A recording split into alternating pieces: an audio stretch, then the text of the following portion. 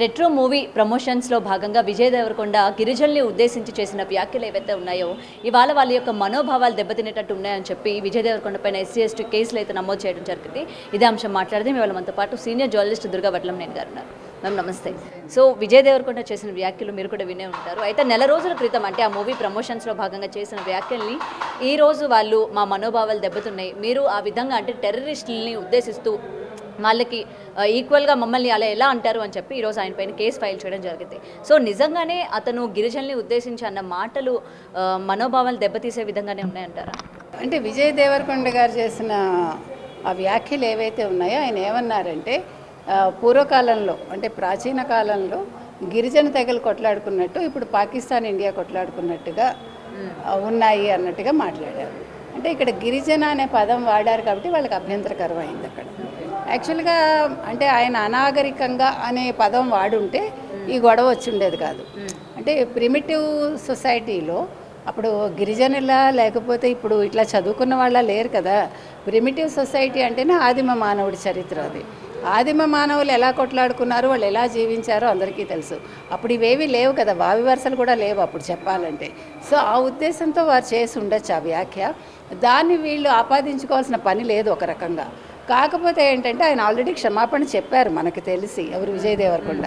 కాబట్టి వీళ్ళు SC/ST atrocity case పెట్టాల్సినంత విషయం కాదు. ఎందుకంటే ఆదిమ మానవులు కొట్లాడుకున్నవన్నీ కూడా ఇప్పుడు ఆ మధ్యన మీకు ఒక తమిళ సినిమా కూడా వచ్చింది చూడండి, అది ఆదిమ మానవులే కదా. ఈ మధ్యన మీరు ఆ మధ్యకాలంలో తమిళంలో మీకు ఒక 2-3 సినిమాలు వచ్చాయి. అదేవిధంగా ఎన్నో ఇంగ్లీష్ మూవీస్ ఉన్నాయి కదా. అంటే మనం తీసుకుంటే ఏదైనా తప్పుగా తీసుకోవచ్చు. ఇక్కడ నేనేం విజయ్ దేవరకొండని సమర్థించట్లేదు. అంటే ఈ వీళ్ళు గిరిజన తెగలు అనే పదం ఆయన వాడకుండా ఒక ప్రాచీన తెగలు అని ఉంటే గొడవ ఉండేది కాదు. గిరిజన అనే పదం వాడడం అనేది అది వాళ్ళకి తప్పుగా తోచి ఉండొచ్చు, వాళ్ళ మనోభావాలు దెబ్బతిని ఉండొచ్చు. ఆ పదం ఆయన ఉపసంహరించుకుని వాళ్ళకి క్షమాపణ చెప్తే సరిపోతుంది. ఎందుకంటే ఈ గిరిజన సంఘాల సమాఖ్య ఏదో ఉంటుంది కదా, ఆ సమాఖ్య అధ్యక్షుడు కంప్లైంట్ చేశారు. యాక్చువల్గా ఆయన కేసు పెట్టారని మనం విన్న, నాగేశ్వర ఆయన పేరు ఏదో ఉంది. సో వారు పెట్టారని తెలుస్తోంది. కాబట్టి విజయ్ దేవరకొండ వారు పబ్లిక్గా క్షమాపణ చెప్పినా తప్పులేదు.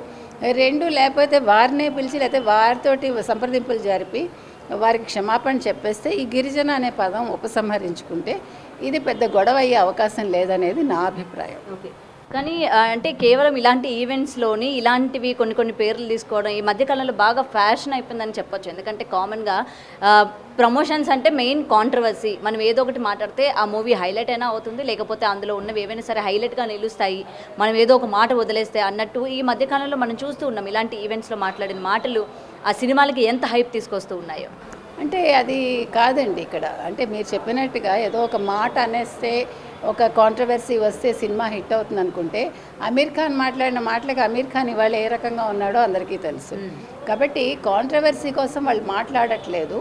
అది ఏమనాలి, without their knowledge slip of a tongue వస్తూ ఉండొచ్చు. కాబట్టి ఆ రకంగా వచ్చిందని మనం తీసుకోవచ్చు. మీరు చెప్పినట్టుగా ఒక పదం వాడితేనో లేకపోతే ఒకళ్ళు కించపరిస్తేనో సినిమా హిట్ అవుతుందంటే అంతకంటే నీచ సంస్కృతి ఏమి ఉండదు. ఆ రకంగా ఏ హీరో కానీ హీరోయిన్ కానీ లేకపోతే ఏ సినిమా సంస్థ కానీ ఏ నిర్మాత కానీ డైరెక్టర్ కానీ ఆలోచించరు. అవి కొన్నిసార్లు ఏమవుతుందంటే అది తెలియకుండా మాట్లాడటం జరుగుతుంది. కాబట్టి సినిమా హిట్ కోసం ఇలాంటి చీప్ ట్రిక్స్ చేస్తారని నేను అనుకోను. ఎందుకంటే గతంలో ఇంతకంటే మాట్లాడిన ఉంటాయండి. ఇప్పుడు ఏమైందంటే సోషల్ మీడియా రావటం వల్ల ప్రతిదాన్ని మనం ఏమనాలి, ఒక కెమెరా కన్నుతోటి చూస్తున్నాం మనం. అంటే ఎక్కడ ఏది దొరుకుతుంది లూప్ హోల్, దాన్ని ఎట్లా పెద్దది చేద్దాము, మీరు పెట్టే థంబ్నెయిల్ కూడా దానికి ఆజ్యం పోస్తాం. కాబట్టి ఇక్కడ వాళ్ళు మాట్లాడింది మామూలుగా మాట్లాడినా, ఆ సందర్భాన్ని బట్టి మాట్లాడినా కూడా దాన్ని ఆపాదించటం, దాన్ని పెద్దది చేయటంలో సోషల్ మీడియా పాత్ర చాలా ఎక్కువైపోయింది. ఇక్కడ సోషల్ మీడియా అంటే ఒక యూట్యూబ్సే కాదండి, ఈవెన్ ఇవాళ మీకు శాటిలైట్ ఛానల్స్ కూడా అలాగే. అంటే వీళ్ళని బట్టి వాళ్ళు కూడా చేయాల్సి వస్తుంది. ఇది ఒక జాడ్యంలాగా తయారైంది. కాబట్టి ప్రతిదాన్ని మనం నెగిటివ్ దృష్టితో చూడటం కంటే ఒకవేళ తప్పు జరిగితే సరిదిద్దుకుంటే సరిపోతుంది. సో ఇవాళ ఫైనల్గా తను సారీ చెప్పాలి అని అయితే కొంతమంది కోరుతూ ఉన్నారు, ముఖ్యంగా గిరిజనులు అనుకోవచ్చు.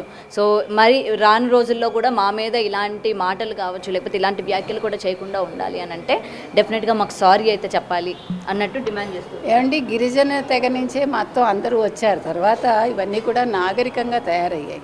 కాబట్టి ఇక్కడ ఎవరు అనాగరికులు కాదు, నాగరికులు కాదు. కాకపోతే ఏంటంటే ఈ పరిణామ క్రమంలో మార్పు అనేది వస్తుంది మనిషిలో. అలా మారిన మనుషులు, ఆ మారని మనుషులు లేకపోతే గిరిజనులుగా ఉంటున్న వాళ్ళను కించపరచాల్సిన పని లేదు. ఎందుకంటే గిరిజనుల తెగలు లేకపోతే, వాళ్ళ భాష లేకపోతే, వాళ్ళ వల్లే ఇవాళ మనం కొన్ని రకాలుగా బతకగలుగుతున్నాం చెప్పాలంటే. సో గిరిజనులు అనేవాళ్ళు చాలా మంచివాళ్ళండి. వాళ్ళు ఇంకా అడవుల్ని పరిరక్షిస్తున్నారు. మనకి ఎన్నో అక్కడి నుంచి మనకి ఎన్నో వస్తువులు కూడా వాళ్ళు మనకు తీసుకొచ్చి అమ్ముతూ ఉంటారు. సో వాళ్ళు లేకుండా మన జీవనం లేదు. వాళ్ళని ఎవరు కించపరచరు, కించపరచకూడదు కూడా. కాబట్టి మీరు అన్నట్టు విజయ్ దేవరకొండ ఒక చిన్న క్షమాపణ చెప్తే ఆయన తగ్గేది లేదు. ఆయన హీరోగా ఆయన ఏమీ తగ్గిపోడు. కాబట్టి ఆయన క్షమాపణ చెప్తారనే మనం అనుకుంటున్నాం. Thank you ma'am. For more videos like this, subscribe Big TV channel.